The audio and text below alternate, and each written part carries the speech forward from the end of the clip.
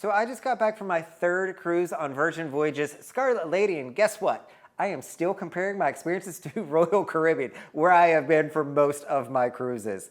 Hey everybody, this is Brendan, the Weekend Cruiser, where I go on a weekend cruise just about every weekend. And you know what? There's some things when I was sitting on this Virgin Voyages sailing that I was going, I really miss this about, I really miss this from Royal Caribbean.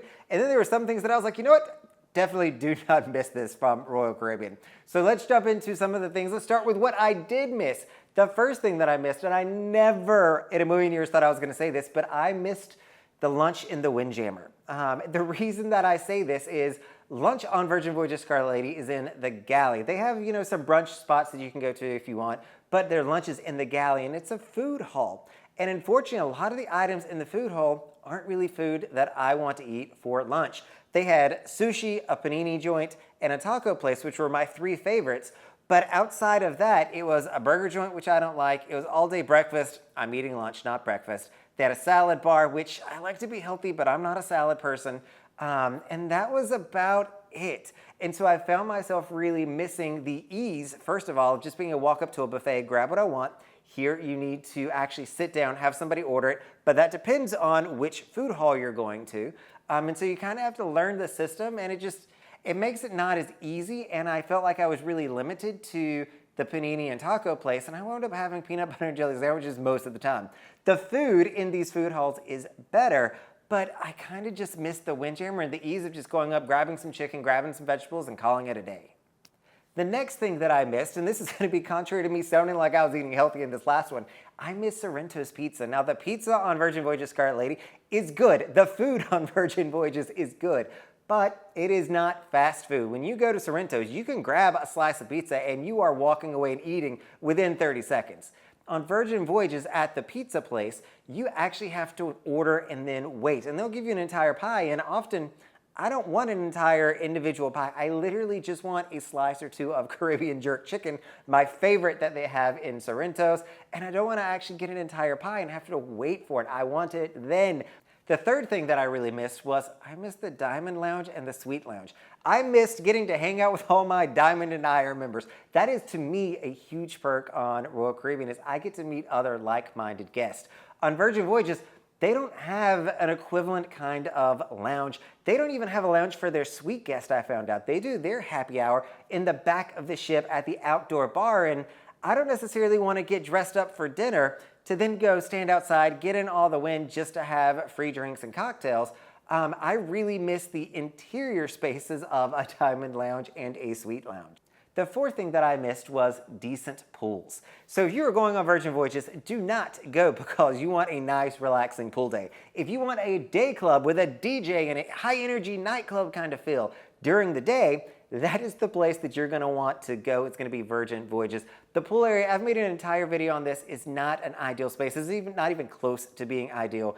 Do not go there for the pool. I am not a huge pool person, but I missed the option to be able to get into the pool even if I wanted to. My mom was laying out, it was hot, we wanted to jump in, but both of us avoided the pool like the plague because there were so many people there and the music was so loud. The fifth thing that I'm going to talk about is the ability to be able to walk into shows.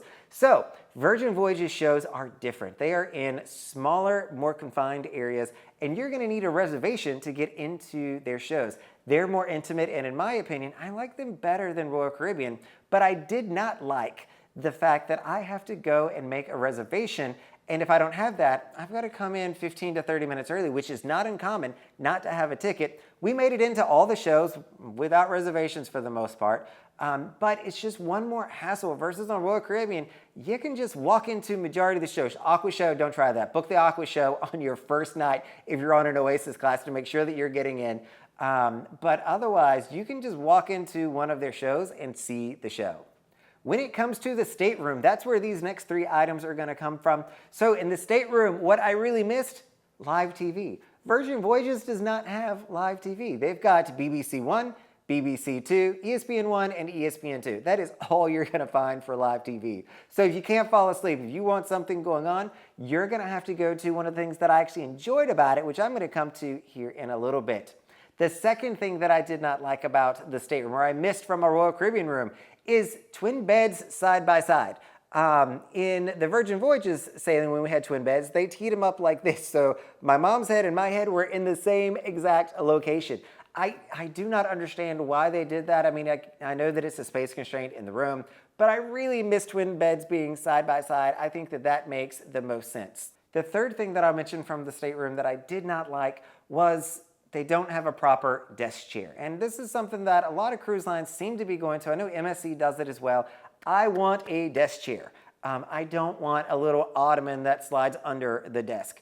The desk on this Virgin Voyages is also, it's like a guitar pick a little bit. It's at an angle, and it takes away a lot of the space that you normally would have on the surface of the table, so you can't store enough. My laptop barely fits sometimes, and you find yourself tilting yourself so that you're up against the straight edge of the actual table so that your wrists are more comfortable if you're working.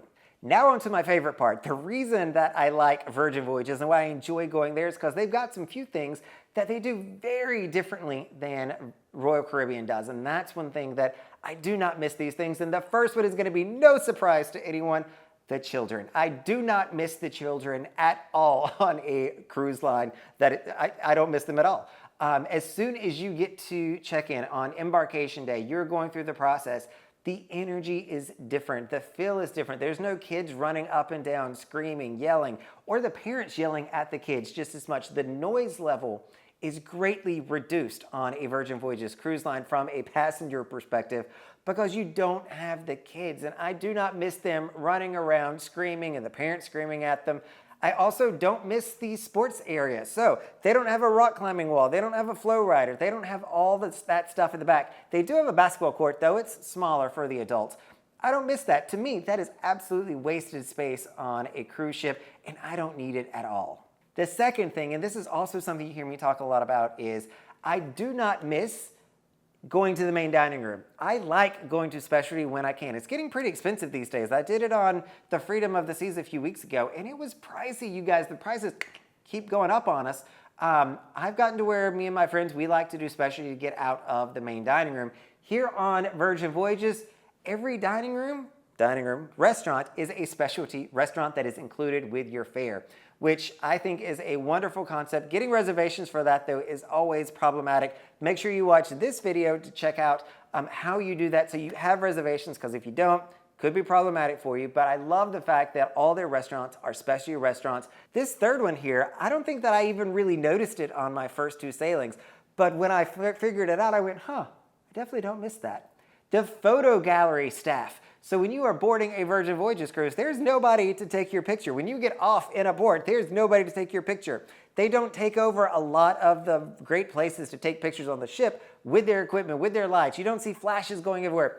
They don't have a photo team, which I think is really interesting. I love one of my benefits with the Crown and Anchor Society, which is a free picture on every cruise that I go on with Royal Caribbean, which is an interesting thing. But I do not miss seeing and being, I won't say harassed by the photo team, but always being asked to take a picture with them. So the fourth thing that I do not miss from Royal Caribbean, that I love about Virgin Voyages, is, first of all, tips are included. You don't have to tip anything extra. I never thought I'd talk about tipping as much as I do on this channel, but as cruise lines continue to increase the amount of tips and the amount that we are paying their employees on their behalf, it becomes a thing. And so by rolling that into the cruise fare with Virgin Voyages, it makes a difference. When you are working with someone, you know they're not doing it because they're expecting a tip. They're doing it honestly because they like their job, because they just want to be helping you, not because they think that they're going to be getting more money out of it.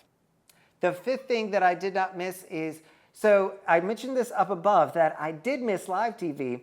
The good trade-off to that is they have a robust included, I'll say, pay-per-view movie package. So it's not pay-per-view because it's included with your fare. It's all complimentary.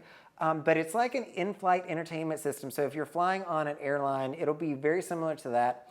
And they have tons of really good movies, recent movies, which was surprising, that you could watch. So even though I can't turn on The Impossible Answer, something that's always on at 3 a.m., I feel like, on Royal Caribbean, Nancy, that is for you if you're watching this video.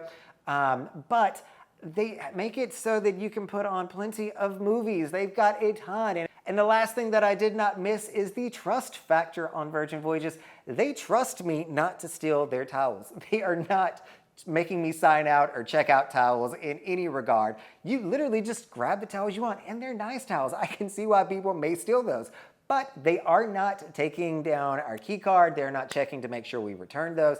They're legit trusting us with those towels. So that is the quick and dirty version of what I missed from Royal Caribbean being on Virgin Voyages, and what I absolutely did not miss from Royal Caribbean being on Virgin Voyages. The two cruise lines are apples and oranges. They both have great things to offer, but they could not be more different in the way that they approach the cruise industry. And so it's really up to you to see which one of these lists kind of resonates more with you.